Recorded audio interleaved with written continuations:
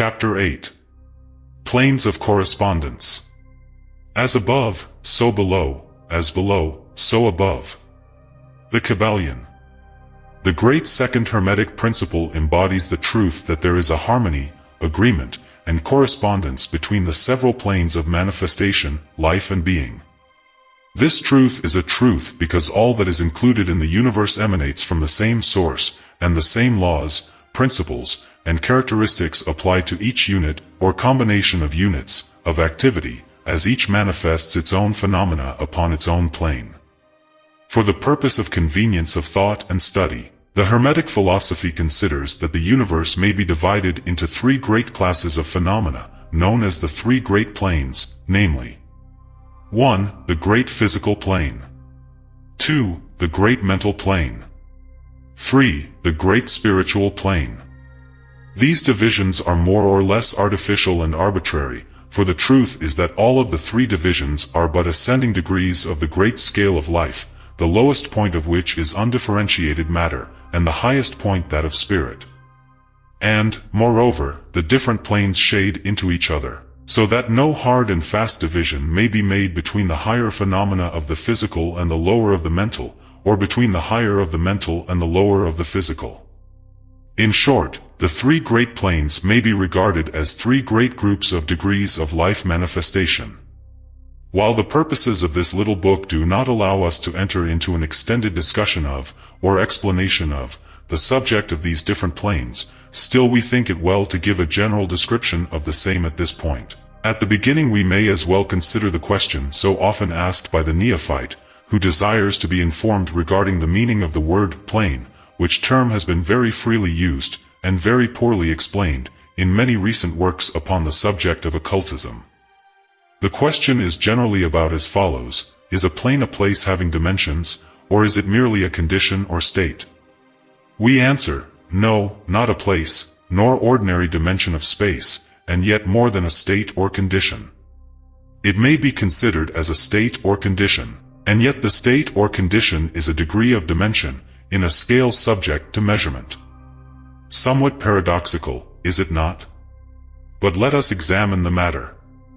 A dimension, you know, is a measure in a straight line, relating to measure, etc.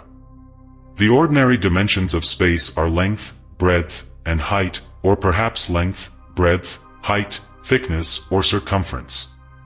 But there is another dimension of created things, or measure in a straight line, known to occultists, and to scientists as well, although the latter have not as yet applied the term dimension to it. This new dimension, which, by the way, is the much speculated about fourth dimension, is the standard used in determining the degrees or planes.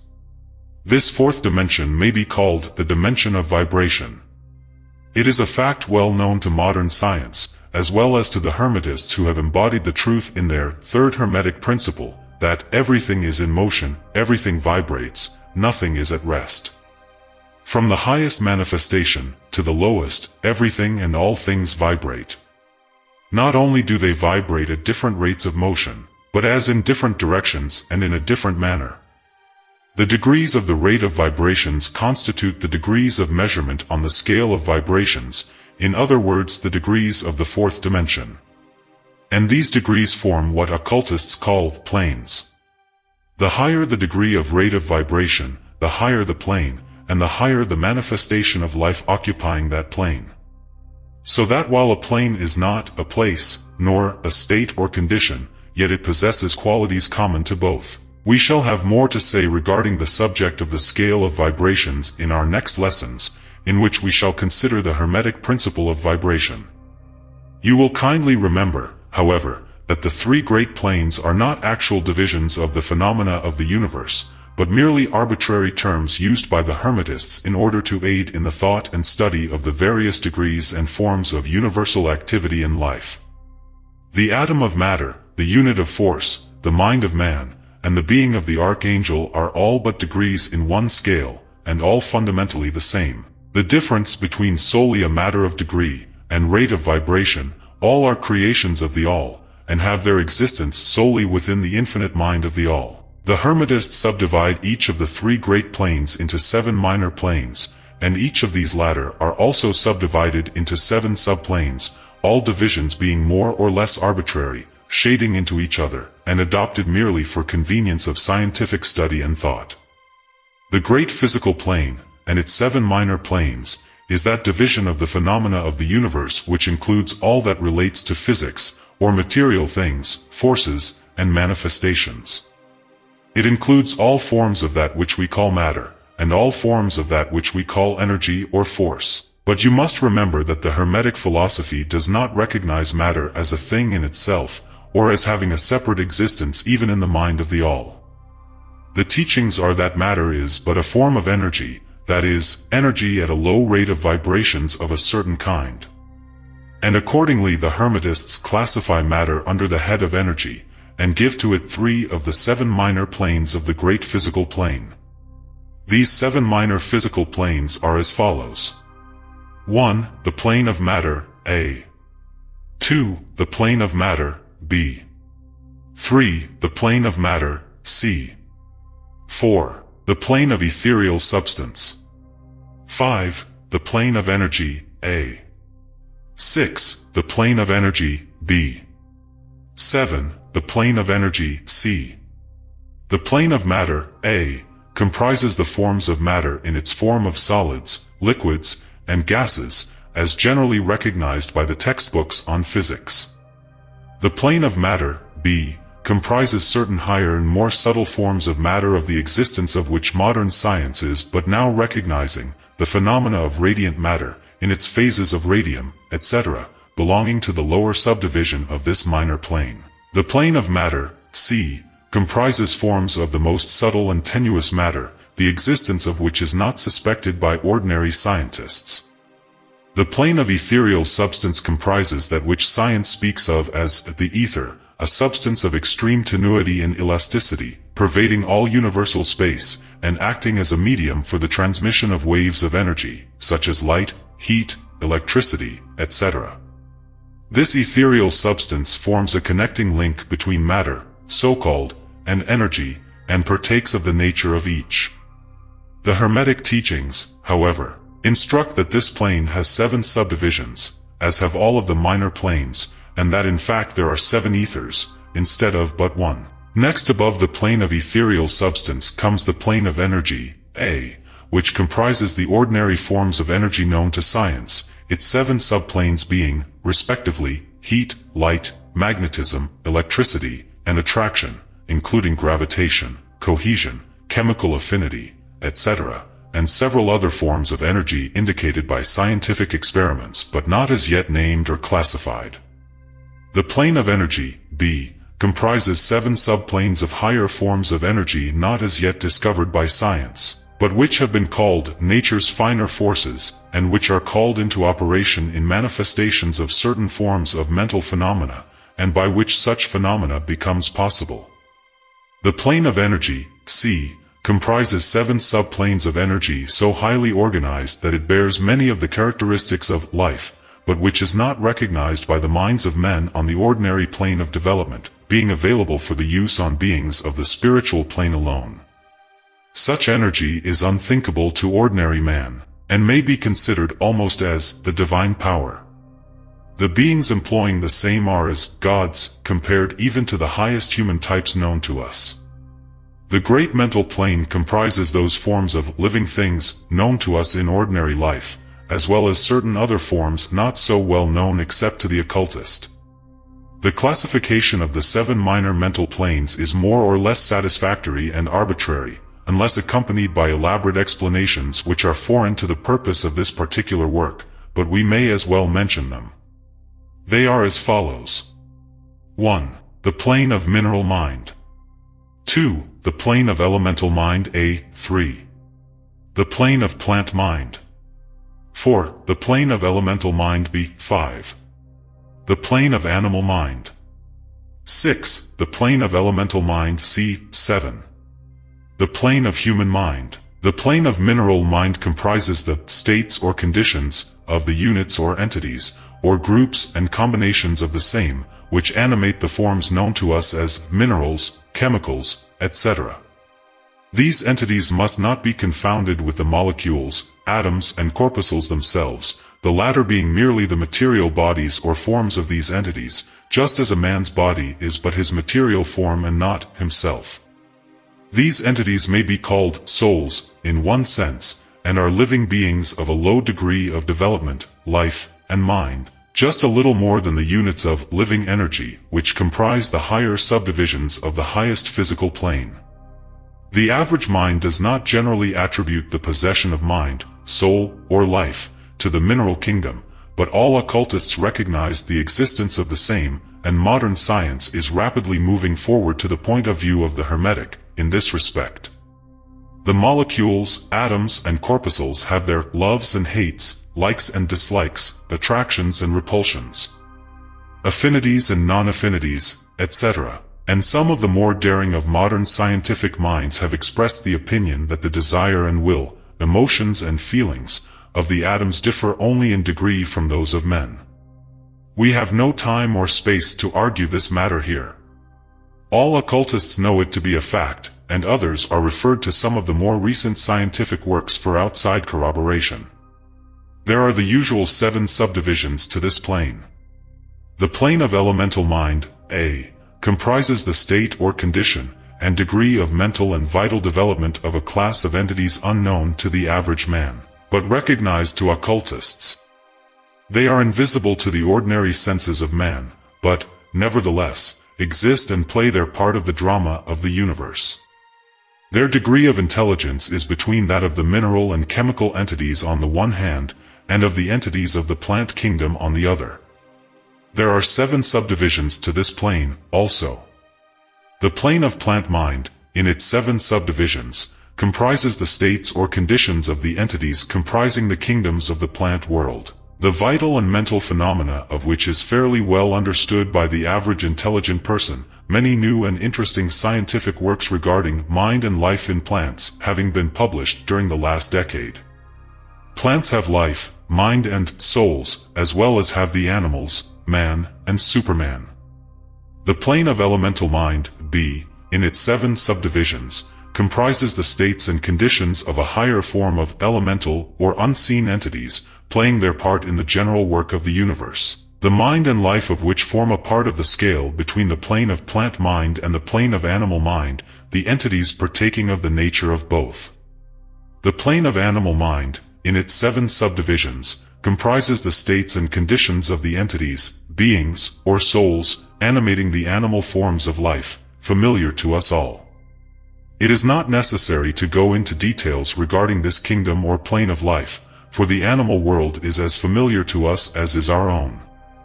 The plane of elemental mind, C, in its 7 subdivisions, comprises those entities or beings, invisible as are all such elemental forms, which partake of the nature of both animal and human life in a degree and in certain combinations. The highest forms are semi-human in intelligence. The plane of human mind, in its 7 subdivisions, comprises those manifestations of life and mentality which are common to man, in his various grades, degrees, and divisions.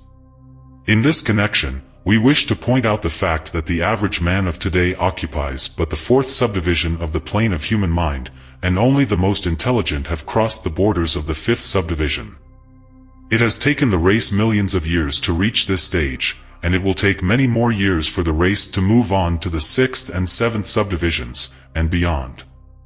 But, remember, that there have been races before us which have passed through these degrees, and then on to higher planes. Our own race is the 5th, with stragglers from the 4th, which has set foot upon the path. And then there are a few advanced souls of our own race who have outstripped the masses, and who have passed on to the 6th and 7th subdivision, and some few being still further on. The man of the 6th subdivision will be the Superman, he of the 7th will be the Overman. In our consideration of the 7 minor mental planes, we have merely referred to the 3 elementary planes in a general way. We do not wish to go into this subject in detail in this work, for it does not belong to this part of the general philosophy and teachings. But we may say this much, in order to give you a little clearer idea of the relations of these planes to the more familiar ones. The elementary planes bear the same relation to the planes of mineral, plant, animal and human mentality and life, that the black keys on the piano do to the white keys. The white keys are sufficient to produce music, but there are certain scales, melodies, and harmonies, in which the black keys play their part, and in which their presence is necessary. They are also necessary as connecting links of soul condition, entity states, etc., between the several other planes, certain forms of development being attained therein, this last fact giving to the reader who can read between the lines a new light upon the processes of evolution, and a new key to the secret door of the leaps of life between kingdom and kingdom. The great kingdoms of elementals are fully recognized by all occultists, and the esoteric writings are full of mention of them. The readers of Bulwer's, Sinoni, and similar tales will recognize the entities inhabiting these planes of life. Passing on from the great mental plane to the great spiritual plane, what shall we say? How can we explain these higher states of being, life and mind, to minds as yet unable to grasp and understand the higher subdivisions of the plane of human mind? The task is impossible. We can speak only in the most general terms. How may light be described to a man born blind? How sugar? To a man who has never tasted anything sweet, how harmony, to one born deaf? All that we can say is that the 7 minor planes of the great spiritual plane, each minor plane having its 7 subdivisions, comprise beings possessing life, mind, and form as far above that of man of today as the latter is above the earthworm, mineral, or even certain forms of energy or matter. The life of these beings so far transcends ours, that we cannot even think of the details of the same. Their minds so far transcend ours, that to them we scarcely seem to think, and our mental processes seem almost akin to material processes. The matter of which their forms are composed is of the highest planes of matter, nay, some are even said to be clothed in pure energy. What may be said of such beings? On the 7 minor planes of the great spiritual plane exist beings of whom we may speak as angels, archangels, demigods. On the lower minor planes dwell those great souls whom we call masters and adepts. Above them come the great hierarchies of the angelic hosts, unthinkable to man, and above those come those who may without irreverence be called the gods, so high in the scale of being are they, their being, intelligence and power being akin to those attributed by the races of men to their conceptions of deity. These beings are beyond even the highest flights of the human imagination, the word divine being the only one applicable to them. Many of these beings, as well as the angelic host, take the greatest interest in the affairs of the universe and play an important part in its affairs. These unseen divinities and angelic helpers extend their influence freely and powerfully in the process of evolution and cosmic progress. Their occasional intervention and assistance in human affairs have led to the many legends, beliefs, religions, and traditions of the race, past and present. They have superimposed their knowledge and power upon the world, again and again, all under the law of the all, of course. But, yet, even the highest of these advanced beings exist merely as creations of, and in, the mind of the all, and are subject to the cosmic processes and universal laws. They are still mortal. We may call them gods, if we like, but still they are but the elder brethren of the race, the advanced souls who have outstripped their brethren, and who have foregone the ecstasy of absorption by the all, in order to help the race on its upward journey along the path. But they belong to the universe, and are subject to its conditions. They are mortal, and their plane is below that of absolute spirit. Only the most advanced Hermetists are able to grasp the inner teachings regarding the state of existence, and the powers manifested on the spiritual planes.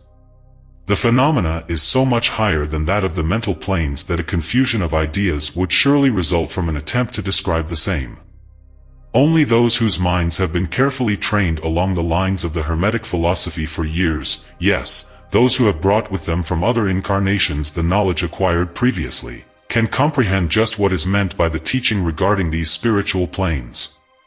And much of these inner teachings is held by the Hermetists as being too sacred, important, and even dangerous for general public dissemination.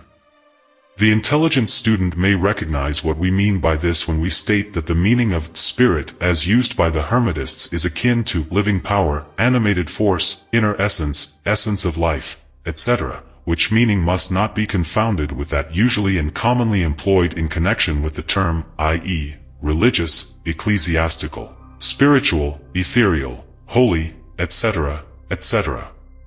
To occultists, the word spirit is used in the sense of the animating principle, carrying with it the idea of power, living energy, mystic force, etc. And occultists know that that which is known to them as spiritual power may be employed for evil as well as good ends, in accordance with the principle of polarity, a fact which has been recognized by the majority of religions in their conceptions of Satan, Beelzebub, the devil, Lucifer, fallen angels, etc. And so the knowledge regarding these planes has been kept in the Holy of Holies in all esoteric fraternities and occult orders in the secret chamber of the temple. But this may be said here, that those who have attained high spiritual powers and have misused them, have a terrible fate in store for them, and the swing of the pendulum of rhythm will inevitably swing them back to the furthest extreme of material existence, from which point they must retrace their steps spirit-ward, along the weary rounds of the path, but always with the added torture of having always with them a lingering memory of the heights from which they fell owing to their evil actions. The legends of the fallen angels have a basis in actual facts, as all advanced occultists know. The striving for selfish power on the spiritual planes inevitably results in the selfish soul losing its spiritual balance and falling back as far as it had previously risen. But to even such a soul, the opportunity of a return is given, and such souls make the return journey, paying the terrible penalty according to the invariable law. In conclusion, we would again remind you that according to the principle of correspondence, which embodies the truth, as above so below, as below, so above, all of the 7 Hermetic principles are in full operation on all of the many planes, physical, mental, and spiritual. The principle of mental substance of course applies to all the planes, for all are held in the mind of the all. The principle of correspondence manifests in all, for there is a correspondence, harmony, and agreement between the several planes. The principle of vibration manifests on all planes. In fact, the very differences that go to make the planes arise from vibration, as we have explained.